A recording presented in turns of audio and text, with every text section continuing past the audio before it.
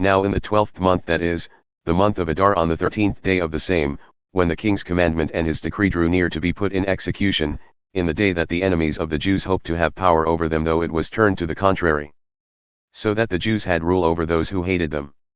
The Jews gathered themselves together in their cities throughout all the provinces of King Ahasuerus to lay hands on such as sought their hurt, and no man could withstand them, for the fear of them fell upon all people.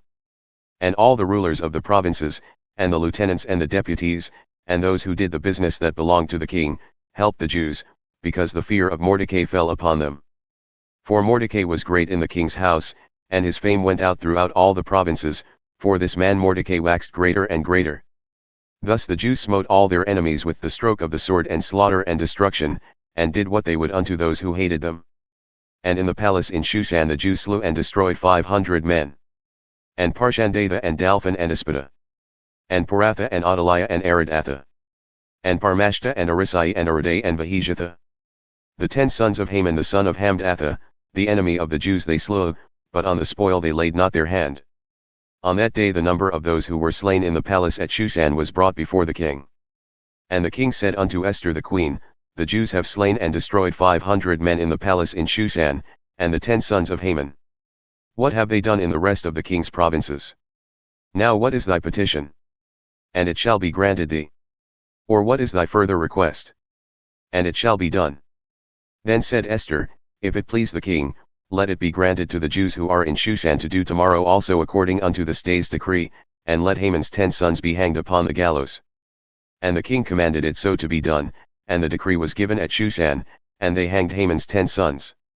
For the Jews who were in Shushan gathered themselves together on the 14th day also of the month of Adar, and slew 300 men at Shushan, but on the spoil they laid not their hand.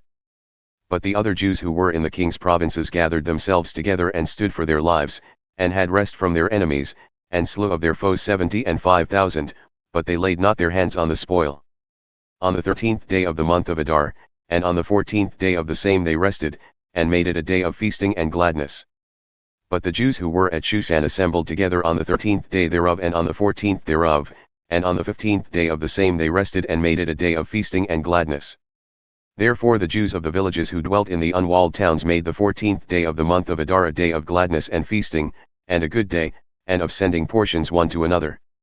And Mordecai wrote these things, and sent letters unto all the Jews who were in all the provinces of King Ahasuerus, both nigh and far, to establish this among them, that they should keep the 14th day of the month of Adar and the 15th day of the same yearly, as the days wherein the Jews rested from their enemies, and the month which was turned unto them from sorrow to joy and from mourning into a good day, that they should make them days of feasting and joy, and of sending portions one to another and gifts to the poor. And the Jews undertook to do as they had begun, and as Mordecai had written unto them. Because Haman the son of Hamdatha the Agagite, the enemy of all the Jews, had schemed against the Jews to destroy them, and had cast that is, the lot to consume them and to destroy them. But when Esther came before the king, he commanded by letters that this wicked scheme which Haman devised against the Jews should return upon his own head, and that he and his sons should be hanged on the gallows. Therefore they called these days Purim after the name of that is, Lot.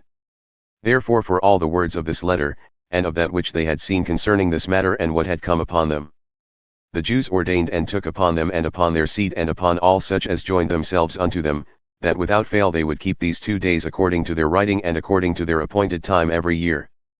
And that these days should be remembered and kept throughout every generation, every family, every province, and every city, and that these days of Purim should not pass from among the Jews, nor the memorial of them perish from their seed.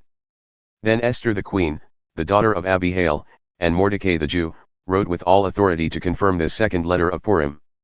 And he sent the letters unto all the Jews, to the 127 provinces of the kingdom of Ahasuerus, with words of peace and truth, to confirm these days of Purim in their times appointed, according as Mordecai the Jew and Esther the queen had enjoined them, and as they had decreed for themselves and for their seed regarding the matters of the fastings and their cry.